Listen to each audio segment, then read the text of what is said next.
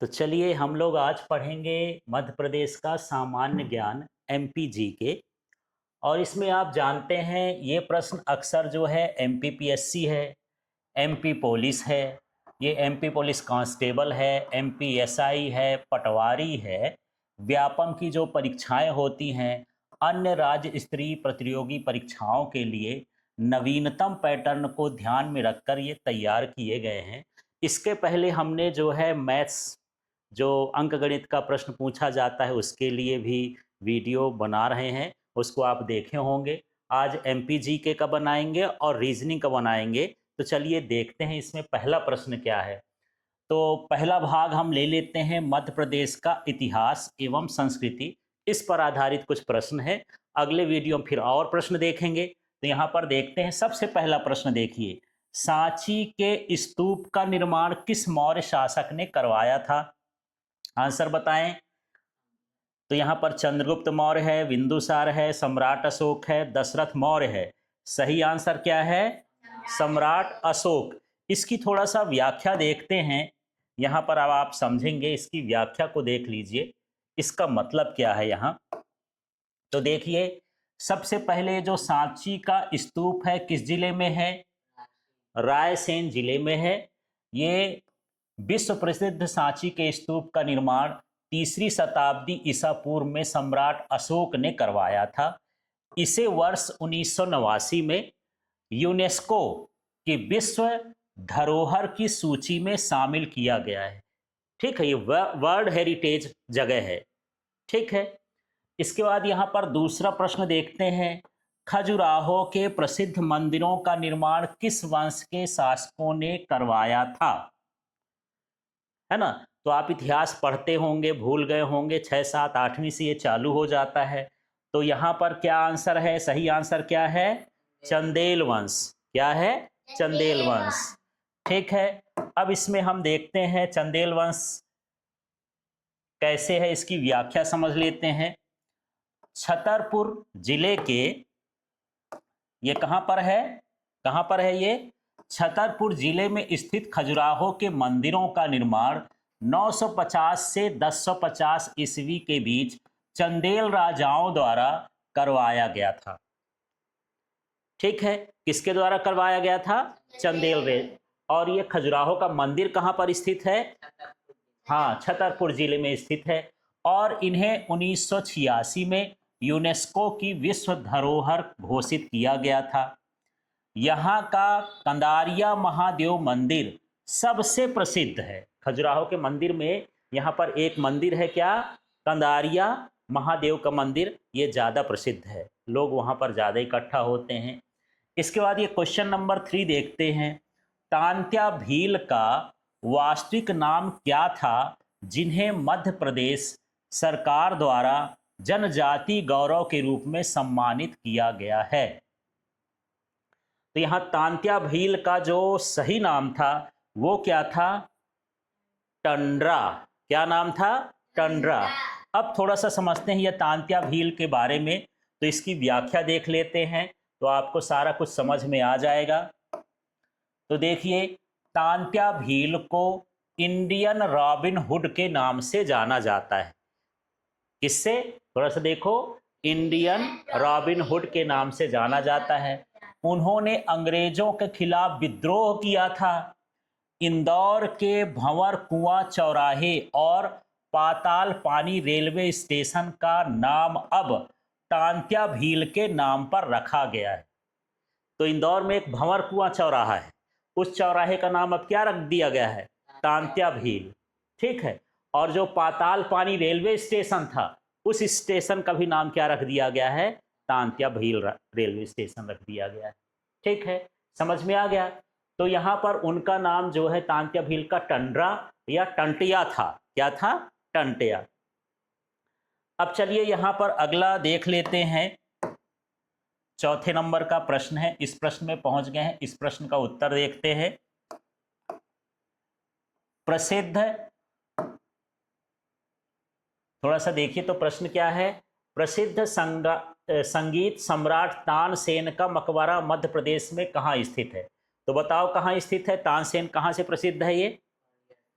कहाँ से प्रसिद्ध है? ग्वालियर से। तो तानसेन का मकबरा कहाँ स्थित है?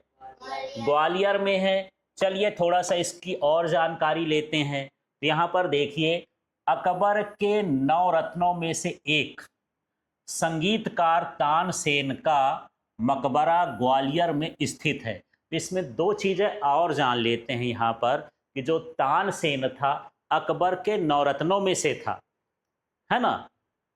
तानसेन का वास्तविक नाम क्या था यार? रामतनु पांडे था। वास्तविक नाम क्या था? रामतनु पांडे। हर साल ग्वालियर में प्रसिद्ध तानसेन समारोह आयोजित किया जाता है, इन्हीं की याद में किया जाता है। ठीक है, इनको याद किया जाता है। तो चलिए अब अगला क्वेश्चन देखते हैं।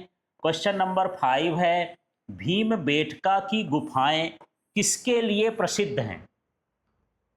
है ना। तो यहाँ पर देख लीजिए, इसमें ऑप्शन आप ढूंढ लीजिएगा। यहाँ पर किसके लिए प्रसिद्ध हैं? शैल चित्रों के लिए, रॉक पेंटिंग्स के लिए, है ना। माने उसमें जो बड़े बड़े पत्थर हैं उस पर चित्र उकेरे गए हैं, वहाँ पर ये भीमबेटका इसी के लिए प्रसिद्ध है। चलिए इसकी और चीज़ें समझते हैं, इसकी व्याख्या से देखते हैं। तो यहाँ पर समझिए क्या है, रायसेन जिले में स्थित भीमबेटका। तो सबसे पहले तो यह जान लो भीमबेटका किस जिले में स्थित है? रायसेन जिले में है। तो भीमबेटका की जो गुफाएं हैं आदि मानव द्वारा बनाए गए रॉक पेंटिंग्स, शैल चित्रों के लिए प्रसिद्ध है। कहते हैं मनुष्य नहीं, जो प्राचीन समय जो मनुष्य हैं जंगल में रहते थे, जिनको आदि मानव कहते थे, वो उन्होंने इस चित्र को बनाया था, उकेरा था पत्थरों पर। ठीक है। इनकी खोज 1957 में डॉक्टर विष्णु श्रीधर वाकड़कर ने की थी। तो कभी कभी ये भी पूछ देता है कि यहाँ पर जो है भीमबेटका की गुफाओं में शैल चित्रों को ढूंढने वाले कौन थे? कौन थे? डॉक्टर विष्णु श्रीधर वाकड़कर ने किया था।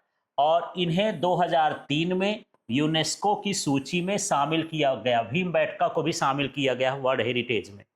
ठीक है। अब देखिए 6वां प्रश्न है, रानी लक्ष्मीबाई की समाधि मध्य प्रदेश के किस शहर में स्थित है? तो ये किस शहर में स्थित है? ग्वालियर में। कहाँ पर स्थित है? ग्वालियर में। अभी पढ़ लिए थे ना, तानसेन का मकबरा भी कहाँ है? ग्वालियर में। और रानी की लक्ष्मी जो झांसी की रानी थी, लेकिन इनका जो समाधि स्थल है वो कहाँ पर स्थित है? ग्वालियर में स्थित है। चलिए थोड़ा सा इसको और व्याख्या से समझते हैं। तो यहाँ देखिए, 1857 की क्रांति की महान वीरांगना रानी लक्ष्मीबाई अंग्रेजों से लड़ते हुए ग्वालियर के फूलबाग क्षेत्र के पास वीर गति को प्राप्त हुई थी। तो कभी आप इतिहास पढ़े हैं, उसमें जानते होंगे 1857 की क्रांति हुई थी, जिसमें जो लक्ष्मीबाई थी वो शहीद हो गई थी। तो किस जगह पर? ग्वालियर के किस जगह पर? फूलबाग में शहीद हो गई थी। और वहीं पर उनकी क्या है? समाधि बनी हुई है। तो ग्वालियर में एक जगह है, उस जगह का नाम क्या है? फूलबाग। तो फूलबाग में उनकी क्या है? समाधि। तो फूलबाग तो ऑप्शन नहीं दिया, ग्वालियर दिया है, तो ग्वालियर समझ लेना है। लेकिन यदि यहाँ पर फूलबाग दिया होता तो फूलबाग देख लेते। ठीक है। अब यहाँ पर देखिए अगला प्रश्न है, मध्य प्रदेश के किस पर्यटन स्थल को सिटी ऑफ जॉय, आनंद की नगरी कहा जाता है? तो ये कौन सी जगह है? मांडू। कौन सी जगह है ये? मांडू। चलिए अब ये मांडू के बारे में समझते हैं, थोड़ा सा इसकी व्याख्या भी देख लेते हैं। तो यहां पर देखेंगे कि जो मांडू है कहां पर स्थित है? धार जिले में स्थित मांडू को ऐतिहासिक इमारतों और प्राकृतिक सुंदरता के कारण सिटी ऑफ जॉय कहा जाता है ना। इसमें अच्छी अच्छी ऐतिहासिक इमारत बनी हुई है ना, महल बने हुए हैं, और यहाँ सुंदरता, जो प्राकृतिक सुंदरता है, पेड़ पौधों, नदी, पहाड़, नदियाँ, ये सब जो होती हैं वो सुंदरता को बढ़ाती हैं। इसलिए सिटी ऑफ क्या कहा जाता है? जॉय। यहाँ पर रानी रूपमती का महल है, ठीक है, बाज बहादुर का महल है, जहाज महल है, ये प्रसिद्ध है मांडू में। ठीक, तो मांडू में क्या क्या है? रानी रूपमती का महल है, बाज बहादुर का महल है, जहाज महल है, और प्राकृतिक सुंदरता है, इन सभी के कारण इसको क्या कहा जाता है? City of Joy. अब हम भाग 2 में चलते हैं। ये हिस्ट्री का कुछ पार्ट था, इसमें है मध्य प्रदेश का भूगोल एवं नदियां। इस वाले टॉपिक को पढ़ते हैं और समझते हैं कुछ चीजें इसमें भी। देखिए प्रश्न है, क्षेत्रफल की दृष्टि से मध्य प्रदेश का भारत में कौन सा स्थान है? तो अब कौन सा स्थान है? दूसरा। मध्य प्रदेश का स्थान क्षेत्रफल की दृष्टि से कैसा है? दूसरा है। अब इसकी थोड़ी सी व्याख्या भी देख लेते हैं। व्याख्या में भी छोटे छोटे प्रश्न बन जाएंगे, इसलिए जब आप इनको लिखिएगा, मेरे पढ़ाने के बाद इनको नोट करिएगा अपनी कॉपी में, रोज का नोट करते जाइए तो अच्छा रहेगा और सारे कंपटीशन में ये काम देगा ये आपको। तो यहाँ पर देख लेते हैं क्षेत्रफल की दृष्टि से मध्य प्रदेश, ये देखिए 3,08,252 वर्ग किलोमीटर इसका जो क्षेत्रफल है मध्य प्रदेश का, भारत का दूसरा सबसे बड़ा राज्य है। पहला स्थान राजस्थान का है क्षेत्रफल की दृष्टि से, है ना। वर्ष 2000 में छत्तीसगढ़ के गठन से पहले मध्य प्रदेश क्षेत्रफल में प्रथम स्थान था। अब इसके 2 टुकड़े हो गए, छत्तीसगढ़ भी राज्य बन गया, तो इसका स्थान कौन सा हो गया? दूसरा। पहला किसका है? राजस्थान का पहला है, ठीक है। अब देखिए प्रश्न है, कर्क रेखा tropic of cancer Madhya Pradesh के कितने जिलों से होकर गुजरती है? तो इसका सही उत्तर क्या है? 14 जिलों से। अब इसमें देखते हैं क्या, अब इसमें देख लेते हैं कि कैसे 14 जिलों से होकर के जाती है, इसको समझ लेते हैं। अपनी जानकारी को आप अपडेट कर लीजिए।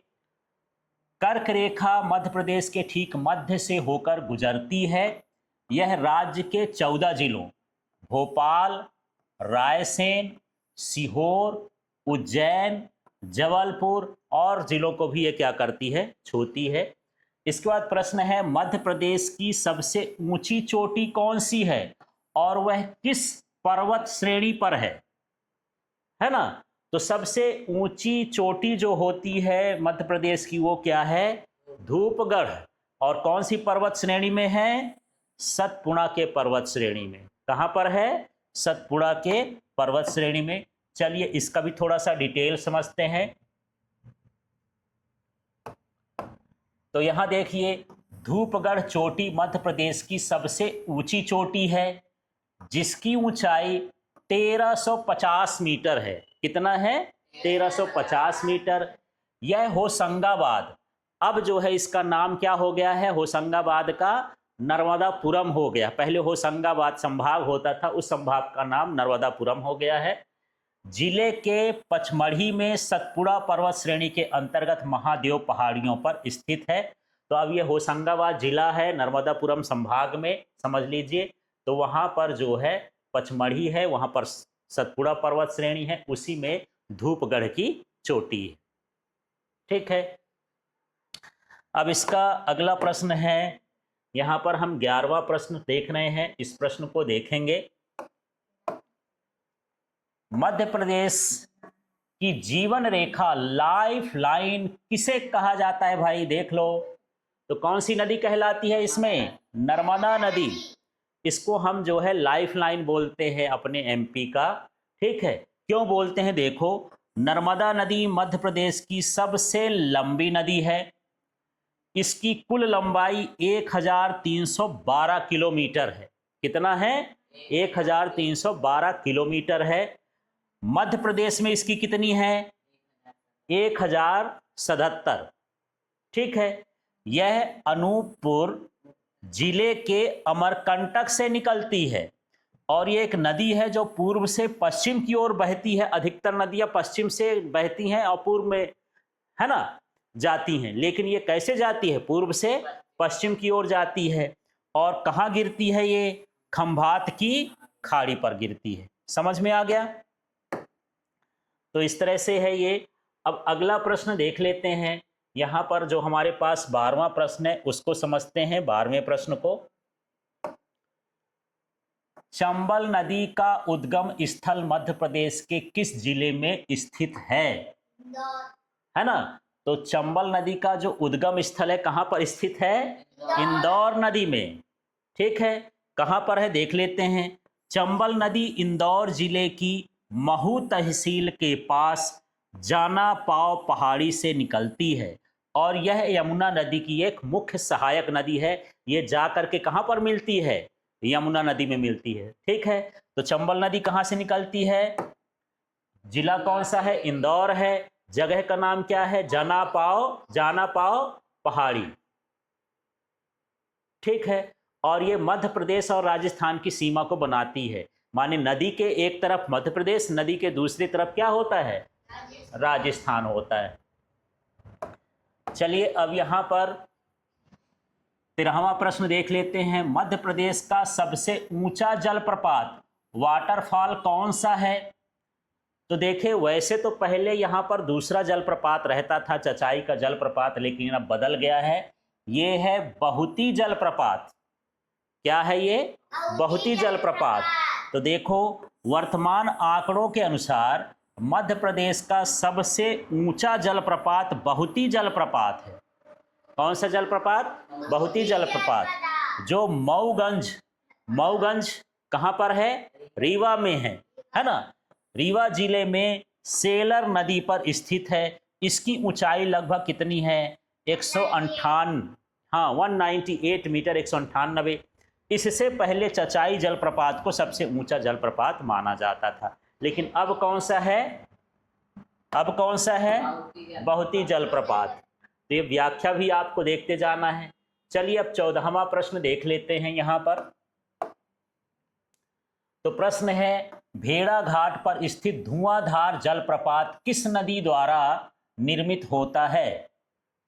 तो जानते हैं जबलपुर में है भेड़ा घाट, वहां पर कौन सी नदी बहती है? नर्मदा नदी।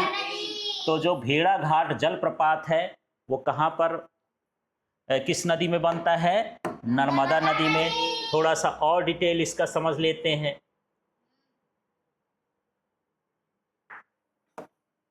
तो चलिए देखिए, जबलपुर के पास भेड़ा घाट है ना, में नर्मदा नदी संगमरमर की चट्टानों के बीच गिरती है। ठीक है, जिससे पानी की बूंदों का धुआं जैसे वातावरण बनता है। इसे धुआंधार जलप्रपात कहते हैं। कभी घूमने गए हो तो घूमो, हम तो घूम आए हैं। ठीक है, तो भेड़ा घाट इसको देख सकते हैं। अब हम यहाँ पर देख लेते हैं इसका 15वां प्रश्न, उसको समझते हैं। और आज इतने ही प्रश्न करेंगे। अगले वीडियो में अगले दिन फिर अगला प्रश्न देखिए। और इसी तरह से आप जो है लगातार जुड़े रहेंगे। पूरी आपकी जो है जीके की तैयारी, मैथ्स की तैयारी और रीजनिंग की तैयारी कराई जाएगी। तो यहाँ पर देखिए, सिंहस्थ कुंभ मेला मध्य प्रदेश के किस शहर में और किस नदी के तट पर आयोजित होता है? तो शहर का नाम कौन सा है? उज्जैन। और नदी का तट कौन सा है? क्षिप्रा नदी, है ना? थोड़ा सा समझते हैं। ये सिंहस्थ का मेला यहाँ लगता है, मध्य प्रदेश की बात करते हैं तो, ठीक है ना? प्रत्येक 12 वर्ष में उज्जैन में पवित्र क्षिप्रा नदी के तट पर सिंहस्थ कुंभ का मेला का आयोजन किया जाता है। उज्जैन को महाकाल की नगरी भी कहा जाता है। ठीक है, तो इस तरह से कुछ भूगोल और इतिहास की जानकारी थी मध्य प्रदेश की। तो अगले वीडियो में हम बाकी चीज़ें देखेंगे। तो इस चैनल को आप सब्सक्राइब कर लें और इसी तरह से वीडियो देखने के लिए, समझने के लिए आप लगातार इससे जुड़े रहें, अपने साथियों को भी जोड़ें।